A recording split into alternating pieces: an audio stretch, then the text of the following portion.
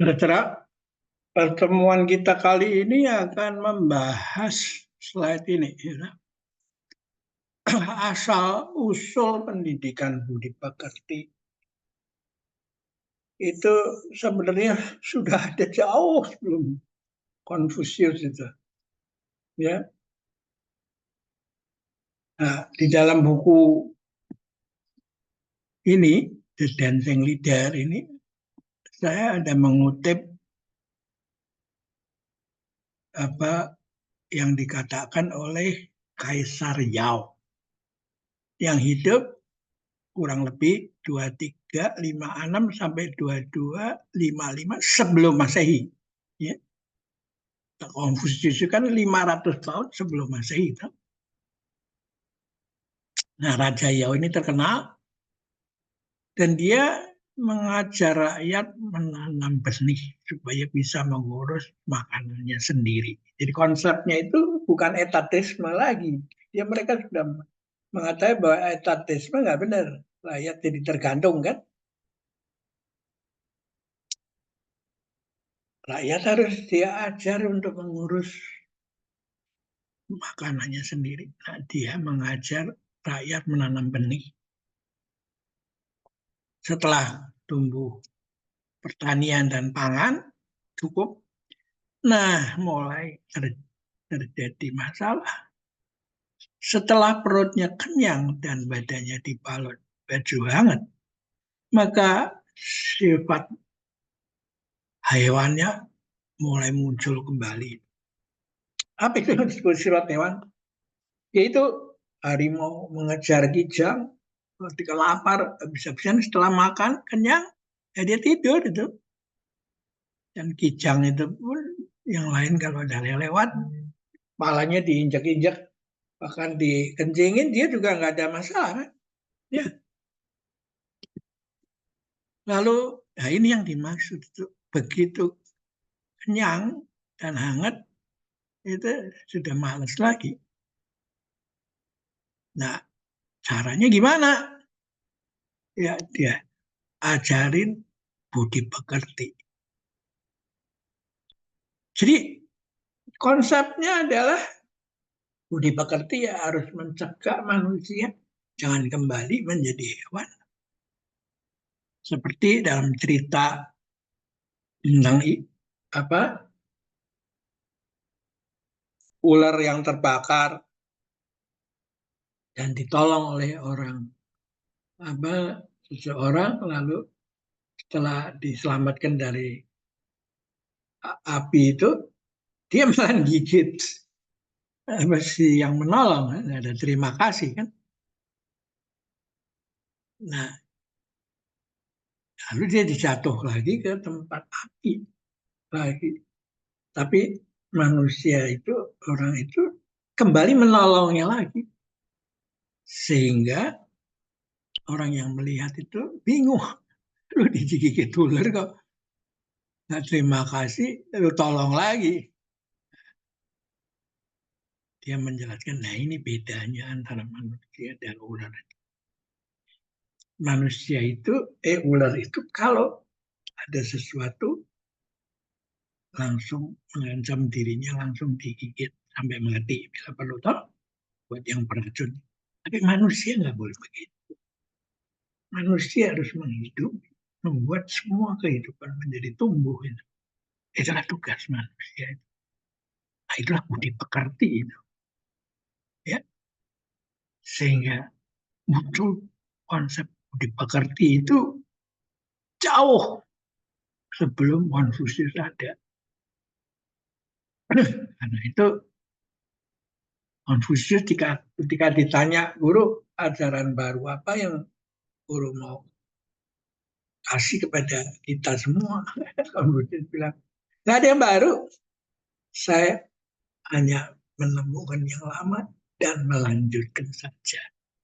Nah itulah uniknya dari Konfusius itu. Jadi masa lalu dan masa depan itu menjadi satu kesatuan itu. Seperti dikatakan di dalam buji sudah ada pohon, ya toh? Nah, inilah yang menarik daripada mengapa saya mencoba sebagai orang yang tadinya buta sama sekali Konfusius, atau hanya berdasarkan menghormatin orang tua saja begitu, udah berubah menjadi wah ini menarik untuk dikembangkan ini dan dipakai untuk menyelamatkan peradaban kita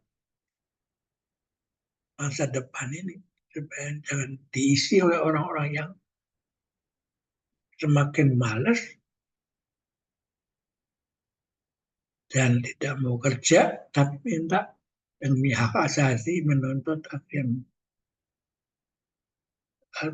negara memenuhinya. Nah, pengalaman saya ketika pergi ke Eropa, keliling-keliling meninjau pabrik tekstil di sana, satu malam ketika saya sambil minum bir, ngobrol sama yang punya. Karena yang punya itu dulunya pabrik besar, tapi setelah zaman sekarang dia sudah nggak bisa hidup lagi karena ongkos pegawai menjadi mahal sekali, tidak bisa kerja sehingga pabriknya ditutup. Nah, dia menceritakan begini, yuk nanti kalau membangun negeri kamu, perhatikan pengalaman saya. Kalau karyawan, ya ketika hari Senin sampai Selasa masih membincangkan di kantor tentang bagaimana dia bergembira ria saat di weekend, dan nanti hari Kamis harus siap-siap untuk Jumatnya nanti weekend lagi, ya Jumat sore sudah langsung itu siap-siap untuk pergi, ya. Lalu kapan dia mau kerja itu? Pikirannya kan sudah nggak ada di kerjaan lagi kan. Nah ini kan repot, gitu. Ketika di kantor dengan peraturan Departemen Tenaga Kerjanya, orang disuruh dia batasi nggak boleh mengangkat barang di kantor barang sekian kilo, dan tidak boleh mendengar suara mesin sekian hertz, ya. Kalau lebih ya didenda. Tapi yang lucu, setelah jam kantor dia pergi ke fitness center itu dan latihan beban, otot gede, keringatnya bercucuran, ya. Nah setelah itu ada yang pergi ke klub itu untuk dugem dengan jogetan dan sadari dengan musik metal. Ya. Nah, kalau Minggu disuruh, Sabtu disuruh lembur, ada sesuatu kepentingan perusahaan yang tidak bisa ditinggalkan, dia menolak. Ya, saya lebih sudah janjian sama teman untuk ada acara. Nah, bagaimana perusahaan itu nggak mati? Ya, industrialisasi. Nah, ini harus dijaga supaya tidak terjadi di negara kita yang mau mulai mengadakan industrialisasi kan, karena mau mendapatkan nilai tambah, sehingga dari nilai tambah itu kita bisa membiayai pembangunannya. Oke, kita tutup dulu sampai jumpa.